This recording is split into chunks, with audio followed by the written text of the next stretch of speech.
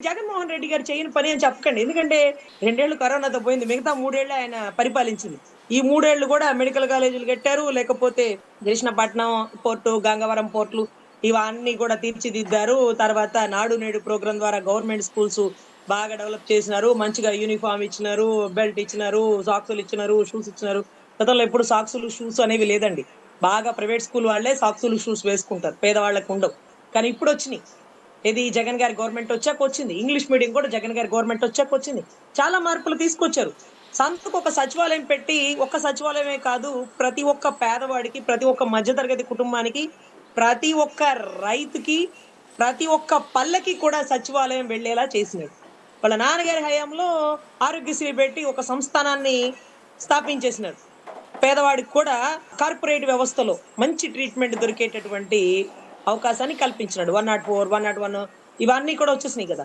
ఈయన టైంలో సచివాలయ వ్యవస్థ, సచివాలయ సిబ్బంది అంటే డిఎస్సి లేకపోతే గ్రూప్ 1, గ్రూప్ 2 ఈ ఉద్యోగాలే కాకుండా క్రింది స్థాయి పరిధిలో కూడా కొంత ఉద్యోగాలను లేవనెత్తి వీటిని గవర్నమెంట్‌లో కలిపి ప్రతి ఒక్కడు గవర్నమెంట్ ఉద్యోగస్తుడు అవ్వాలన్న కలని చదువుకున్న విద్యార్థి దగ్గరికి తీసుకెళ్ళినటువంటి గొప్ప ఆలోచన. 50 ఇళ్లకు ఒక వాలంటీర్‌ని పెట్టి ఆ కుటుంబ సభ్యులే ఒక వ్యక్తితో ఆ 50 ఇళ్ల సమస్యలను తెలుసుకుంటూ సచివాలయానికి చెప్తూ కరోనా టైంలో ప్రాణాలకు తెగించి పని చేసినటువంటి ఒక పెద్ద వాలంటీర్ వ్యవస్థ సంస్థానాన్ని సృష్టించింది గౌరవ జగన్ రెడ్డి గారు సార్.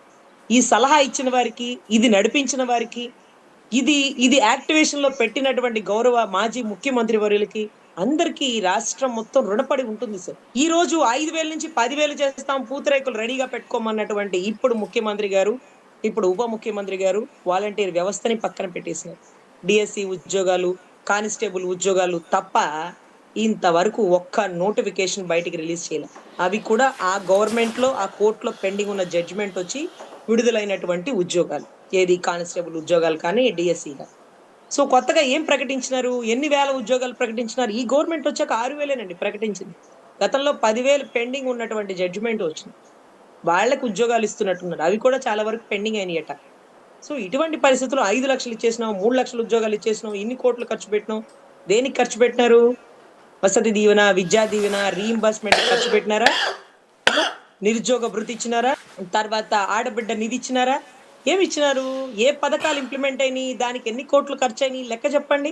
ఆయన 5 ఏళ్లలో చేసింది మీరు 20, 22 నెలల్లో చేసేసినారు కదా! ఆయన 5 ఏళ్లలో నేను ఖర్చు పెట్టింది 3,21 పైల చిలుకు అంటూ చెప్తూ దాంట్లో ఇన్ని కోట్లు డైరెక్ట్ గా బటన్ నొక్కి ప్రజల వద్దకే వెళ్ళిపోయినాయి కదా! ఎవిడెంటరీ కదా! మరి ఏ బటన్ నొక్కినారు మీరు? ఎవరి అకౌంట్ లో పంపించినారు? ఎవరి బినామీల అకౌంట్ లోకి వెళ్ళిపోయినాయి? అందులోనూ వాళ్ళు చెప్తారు సార్, అమరావతి అనేది సంపదని సృష్టించేటటువంటి ఒక పెద్ద సంస్థానం అన్నారు. సృష్టించమనండి. ఒకసారి సృష్టించి అకౌంట్ లో వేసుకుందాం. మన ప్రపంచ బ్యాంక్ లో దాచిపెట్టుకుందాం. ఈ రోజు రోడ్లు వేయించమంటే నా దగ్గర డబ్బు లేదు, మంచి మనసు ఉందని. మంచి మనసుతో రోడ్డు రాదే, మంచి మనసుతో కంకర, తారు ఇవన్నీ రాదే. మరి దేంతో వచ్చింది? సంపద సృష్టించేటటువంటి అమరావతి నుంచి అడగండి డబ్బులు, కొంత అకౌంట్ లో దాచిపెట్టుకుందాం. సో ఇవి సార్ చేయాల్సింది. మాట ఇవ్వడం తేలిక, దాన్ని నిలబెట్టుకోవడం చాలా కష్టం.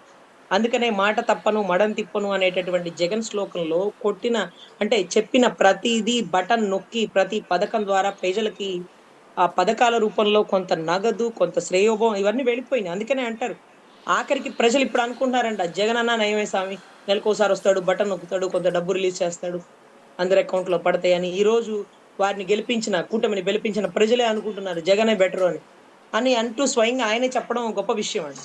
సో ఎనీవే, అకౌంటబిలిటీ ఉండాల్సినటువంటి కూటమి ఇన్ని లక్షల కోట్లు ఎటువైపు దారి మళ్ళించినాయి, ఎక్కడెక్కడ ఖర్చు పెట్టినాయి, ఎందుకు మిగతా పథకాలు ఇవ్వలేకపోతున్నారు, చదువుకున్న విద్యార్థులకు రీయింబర్స్మెంట్ ఇవ్వక సర్టిఫికెట్లు ఇంకా కాలేజీ, యూనివర్సిటీలోనే ఆగిపోయినాయండి. దయచేసి వాటి వైపు చూడండి. మీరు రీయింబర్స్మెంట్ ఇవ్వకుండా, చదువుకోకుండా ఉద్యోగాలు ఎట్లా ఇస్తారు? మీరు చదువుకోవడానికి అవకాశాలు పెంచండి. వసతి దీవెన ఇవ్వండి, విద్యా దీవెన ఇవ్వండి. నాడు నేడు ప్రోగ్రాం కాకపోతే పేర్లు మార్చండి. మీకు ఇష్టం లేకపోతే పేర్లు మార్చండి. మళ్ళీ పెయింట్లు వేయండి. చక్కగా నీట్ గా చేయండి. మీరు ఇంటికి 4, 5 ఏళ్లకి పెయింట్లు వేసుకుంటారు. మరి ప్రభుత్వాలు మారగిన స్కూళ్ళు కూడా కొంచెం పెయింట్లు అవి వేసుకొని పిల్లలకి మంచి మంచి భోజనాలు పెట్టాలి కదా! ఆయన ఎవరో బయటకు వచ్చినారు చూడండి, గరికపాటి గారు. ఆ గుడ్డు పెడితేనే మీరు వస్తారా? ఆ స్కూల్‌కి మీరు తినడానికి వస్తున్నారా? తిండి లేకపోతే మీరు స్కూల్‌కి రారా? రారండి. కొంత అవకాశాలు మనం కల్పించాలి. మనం పీఎఫ్, కొంత ప్రొవిడెంట్ ఫండు లేకపోతే ఇయన్నీ ఎందుకు పెడుతున్నాం? ఉద్యోగులకి జీతం ఇస్తే సరిపోద్ది. ఇవన్నీ ఎందుకు పెడుతున్నాం? ఇవన్నీ ఎక్స్‌ట్రా బెనిఫిట్స్. ఇవన్నీ ఉండాలి. ఇవన్నీ ఉండాలి. మీరు మీటింగ్ చెప్పగానే మాట్లాడేసి వెళ్ళిపోతే ఊరుకుంటారా? జనాలు తప్పట్లు కొట్టాలి కదా! తప్పట్లు కొడితేనే కదా మీ మీటింగ్ మీకు ప్రజలకి నచ్చిందని మీకు తెలిసేది. మరి మీరు కోడిగుడ్డు ఇవ్వాలా? నిక్కర్లు ఇవ్వాలా? ప్యాంట్లు ఇవ్వాలా? చొక్కాలు ఇవ్వాలా? మీకెందుకు ఇవ్వాలి? ఇవన్నీ ఇస్తే మీరు శోభనం పెళ్లి కొడుకులా కూర్చుంటారనడం తప్పు కదా! పిల్లలు కదా! శోభనం పెళ్లి కొడుకు అంటే ఎవరో వాళ్ళకి తెలుసా? స్కూల్‌లో చదువుకునే బిడ్డలకి తెలీదు కదా! మీరు అడిగిన మాటకి వాళ్ళు అడుగుతున్నారు. శోభనం పెళ్లి కొడుకు మంచం ఎక్కి కూర్చున్నానంటారు అంటే ఏంటి అంటున్నారు. ఆ చెప్పిన వాడిని అడగండి. ఆయనకేదో అవార్డ్ ఇచ్చారంట. అది వినమ్రంగా వెనక్కిచ్చేస్తే బావుంటదేమో ఆయన హుందాతత్వానికి. తప్పు గదా! పసిబిడ్డల గురించి మాట్లాడేది. ప్రోటీన్ కంపల్సరీ ఉండాలి. అంటూ కోడిగుడ్లు పెట్టాల్సిందే. ఇంత క్యాలరీ ఫుడ్ పెట్టాల్సిందే. ఇదంతా స్టేట్ ఇచ్చింది కాదండి. సెంట్రల్ ఇచ్చింది. సుప్రీం కోర్ట్ ఇచ్చింది. స్టేట్‌లు ఖచ్చితంగా ఇంప్లిమెంట్ చేయాల్సిందే. ఏ స్టేట్ అయినా సరే మధ్యాహ్న భోజన పథకంలో క్యాలరీస్, ప్రోటీన్ తక్కువ పెడితే ఆ స్టేట్ ఖచ్చితంగా అకౌంటబిలిటీ సమాధానం చెప్పాల్సిందే సుప్రీం కోర్ట్‌కి. సో, ఇటువంటి పరిస్థితుల్లో గరిగిపాటి లాంటి వారు కూడా ఎందుకిలా మాట్లాడుతున్నారంటే, గరిగపాటి వారు కూడా సావాసం ఎవరి సావాసం పట్టినారు? చంద్రబాబు గారి సావాసం పట్టి, చంద్రబాబు గారి పక్కన కూర్చుంటే ఇలా కాకుండా ఎలా మాట్లాడతారు? ఇలాగే మాట్లాడతారు. 6 నెలలు సావాసం చేస్తే వారు వీరు, వీరు వారవుతారు చూడండి. ఆ మాదిరిగా ఇప్పుడు మధ్యలో గుడ్డు లేదు, మంచిగా లేవంటే ఇవన్నీ ఎవరికి ఇబ్బంది? పాపం విద్యాశాఖ మంత్రి గారికి ఇబ్బంది. ఆయన విద్యాశాఖ మంత్రి గారికి సపోర్ట్‌గా ఆయనని నిందించకండి. అన్నంలో బలి పడితే బలి పడదా? ఆహా! బలి పడిద్దా? బల్లి పడిన అన్నము, సాంబారు తమరు తింటారా అండి? తింటారా? బల్లి పడదా? బల్లి అన్నగా పడదా? అన్నంలో పడవా? ఏంటో అవి విడ్డూరంగా చెప్తారు. ప్రాణాలు పోతాయి సార్. పసిబిడ్డలు వాళ్ళు. నేటి బాలలే రేపటి పౌరులు, యువత. వీళ్ళే రాజకీయానికి వెన్నుముకలు. మంచి, మంచి ఆరోగ్యవంతమైన యువతని తయారు చేద్దాం కదా! చేయొద్దా? అదేంటంటే మిల్లెట్స్ తినాలి అంటారు. మీరు మిల్లెట్స్ తినండి. మాకు మాత్రం రేషన్ బియ్యం ఇవ్వండి. ఆ రేషన్ బియ్యాన్ని కూడా సముద్రాల్లో దేశాలు దాటిచ్చండి. ఏంటి సార్ ఇది? మేము మాత్రం మిల్లెట్స్ తినాలి, గుడ్లు తినాలంటారు.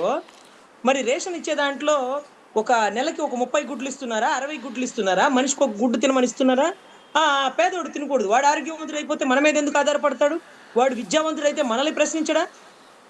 వాడు ఆర్థికంగా నిలబడితే మన ఇచ్చే 2000 ఎందుకు తీసుకుంటాడు? ఇందుకోసం కదా సార్ పేదలు ఇంకా ఉండాలి, రేషన్ కార్డులు ఇంకా పెరగాలి అనే ఆలోచిస్తారు ఏ రాజకీయ నాయకుడైనా.